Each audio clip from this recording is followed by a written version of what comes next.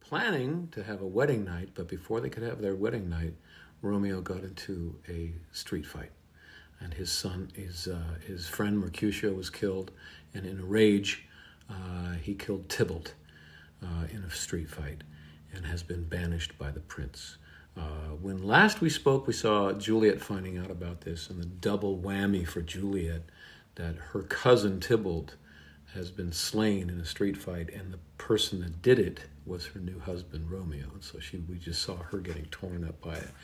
Now, this scene, we find Romeo talking to the friar and finding out what's going on, friar. I was just in a little street fight where people died. What do the cops say about that? So the friar says, okay, the prince, he's not going to have you put to death. There's good news. You're just going to be banished. And Romeo's like, what? That's horrible. Banished. I can't see Juliet. And the friar's like, well, it's better than death. And they go back and forth for a while on that. And finally, Romeo says, 'tis torture and not a mercy. Heaven is here, where Juliet lives. And every cat and dog and little mouse, every unworthy thing live here in heaven that may look on her, but Romeo may not. More validity, more honorable state, more courtship lies in carrion flies than Romeo. They may seize on the white wonder of dear Juliet's hand and steal a mortal blessing from her lips, who even in pure and vestal modesty still blush, as thinking their own kisses sin, but Romeo may not. He is banished. Flies may do this, but I from this must fly. They are free men, but I am banished. And sayest thou yet that exile is not death? Hast thou no poison mixed, no sharp ground knife, no sudden mean of death, though never so mean, but banished to kill me? Banished! Oh, friar, the damned use that word in hell. Howling attends it. How hast thou the heart, being a divine and ghostly confessor, a sin absolver, and my friend professed, to mangle me with that word banished? And the friar tries again. Look, man, it's not as bad as you think. It's not as bad. And Romeo just won't have it. The nurse comes in. Having left the scene with Juliet, having told Juliet, I'm going to find Romeo and bring him to you. She finds Romeo where she thought he would be, with the friar. And sees Romeo just apoplectic on the floor, weeping, and says to the friar, yep, I just left Juliet. She's in the same state. Romeo rouses and asks the nurse, how's Juliet? And the nurse says, she's not good. She's just heart-stricken, and she's in grief, and she's not doing well at all. And Romeo says, it's all my fault. I'm the one that did this to Juliet. I should die. And Romeo takes out a dagger and is about to stab himself. And the friar intervenes and takes the knife away. And he says, hold thy desperate hand. Art thou a man? Thy form cries out thou art. Thy tears are womanish. Thy wild acts denote the unreasonable fury of a beast. Unseemly woman in a seeming man. And ill-seeming beast and seeming both. Thou hast amazed me. By my holy order I thought thy disposition better tempered. Hast thou slain Tybalt? Wilt thou slay thyself? And slay thy lady that in thy life lives, by doing damned hate upon thyself? Why railest thou on thy birth in heaven and earth? Since birth and heaven and earth all three do meet in thee at once, which thou at once would lose. Thy noble shape is but a form of wax, digressing from the valor of a man. Thy dear love sworn, but hollow perjury, killing that love which thou hast vowed to cherish.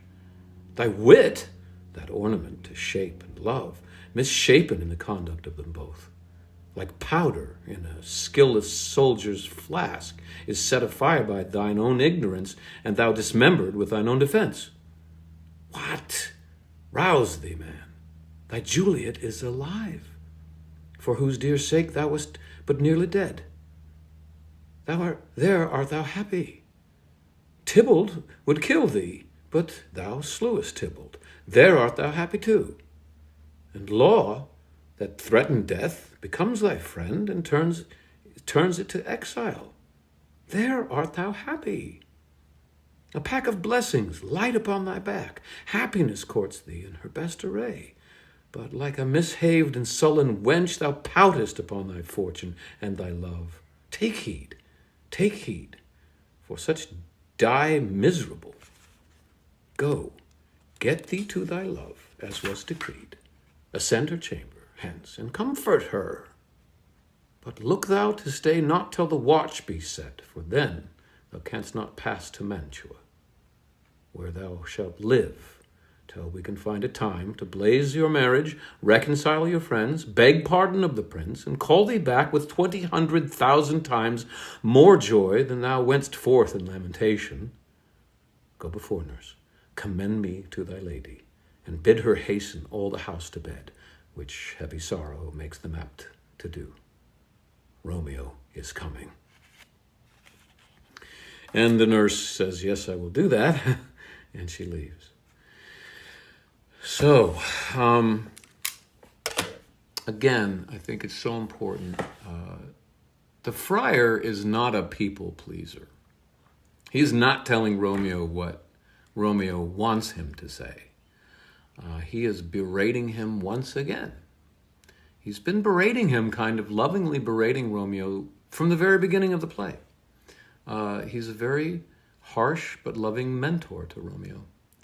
I think it's so important because this will pay off later in the play. Oftentimes, the friar is cast and played kind of as a very sweet, agreeable person, and I think that doesn't serve the play in Act 5. We'll get to that later, but I think if I were to cast the friar, he would be a curmudgeon.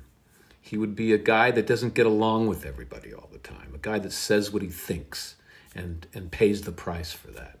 A guy with a very big, warm heart, but a kind of a crusty exterior.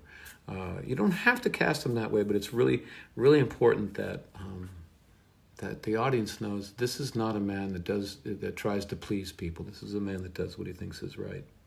And obviously, Romeo is just beyond rational thinking. He's destroyed everything in a moment of passion. Forgivably, I mean, if I saw my best friend slain in the streets, I might lose my mind and commit murder. I don't know. But yeah, both of these scenes, we're seeing just people just get crushed by street violence, basically. And that's it. We're getting to the point where people are yelling at each other a lot, they're screaming a lot, and they're not happy. The world is crushing this beautiful flower, this young love that is just barely blooming. Until next time, guys. Bye-bye.